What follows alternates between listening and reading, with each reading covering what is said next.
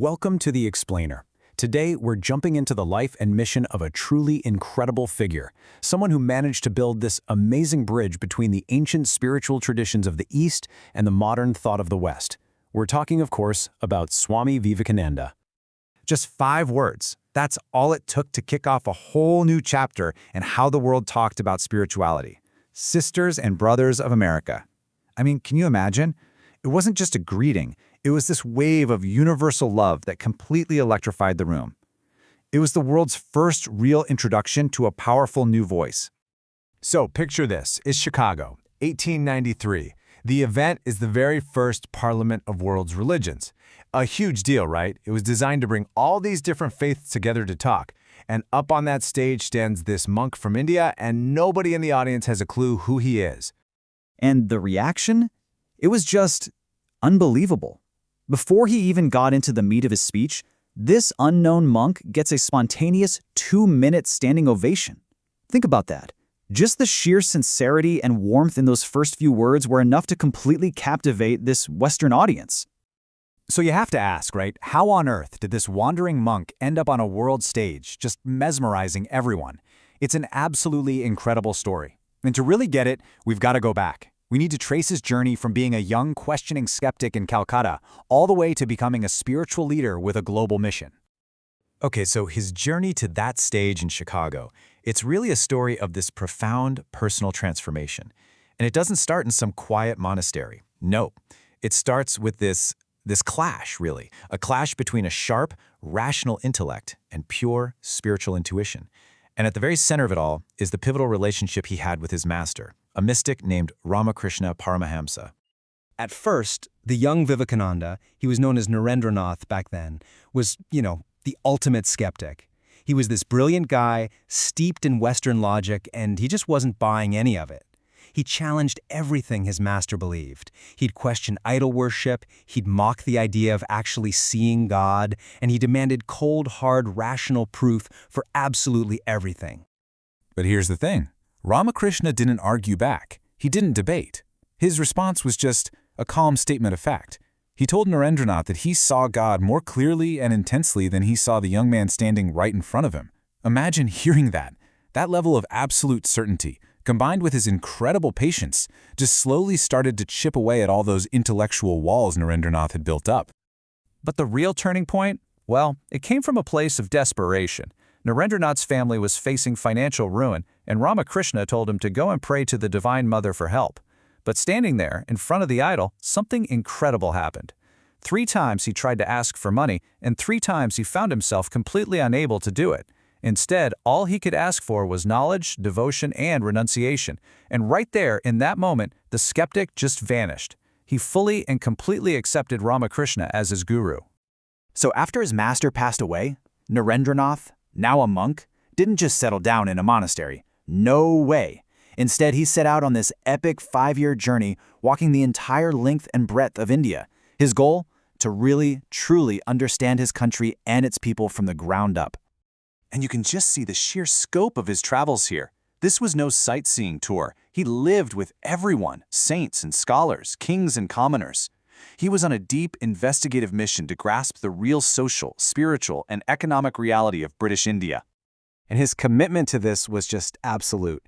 He traveled with next to nothing, really embracing the life of a true renunciate. His only possessions were his staff, a water pot, and get this, just 2 books. And those 2 books tell you everything you need to know. The Bhagavad Gita from the East and the Imitation of Christ from the West. Now, this long, hard journey of discovery, it wasn't just about collecting information. All of it, everything he had seen, everyone he had met, it was all building towards something. It was leading him to this single, powerful moment of revelation. He finally reaches Kanyakumari, the very last stone of the Indian subcontinent. And what does he do? He swims across the rough waters to a solitary rock out in the sea. And there, for 3 whole days and nights, he meditates on the past, present, and future of India. It was on that rock that his mission became crystal clear. He realized that trying to teach metaphysics to a starving population was, well, pointless.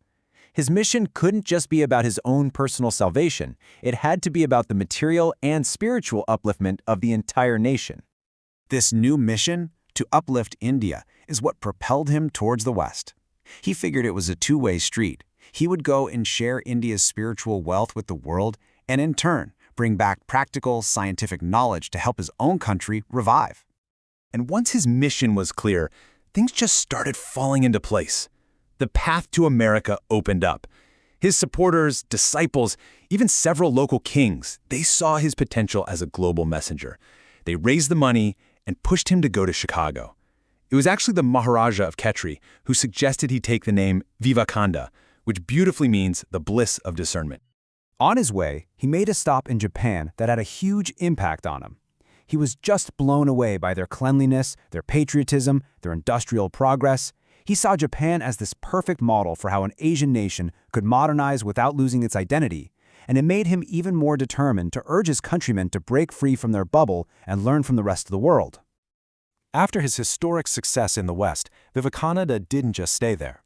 He returned to India. But he came back as a completely different figure. He wasn't just a monk anymore, he was a national hero, and he had a clear, practical plan of action to reawaken his motherland. Upon his return, the welcome he received was just tremendous. He traveled all the way from Colombo in the south to Almora in the Himalayas, delivering these powerful, fiery lectures, and his message was this incredible blend of spiritual inspiration and practical social reform, a call for national pride, education, and above all, service to the poor. And he knew that words alone were not enough. He was a builder. He established the Ramakrishna Mission, an organization dedicated to social service that's still doing amazing work today. He founded Bellarmouth as the headquarters for a new kind of monastic order. His vision of a modern, scientific India was so powerful, it even inspired the industrialist Jamsetji Tata to found what would become the country's premier science institute. In India, he's remembered as the Bir Sannyasi, which translates to the heroic monk. And it fits perfectly, doesn't it? His legacy is this powerful symbol of spiritual strength, intellectual rigor, and profound patriotism. It makes total sense why his birthday is now celebrated as National Youth Day. Ultimately, if you want to boil his entire philosophy down to one core idea, this is it. The quote essentially asks, "Where are you looking for God, leaving him in all the many forms right here in front of you? The person who loves all beings serves God."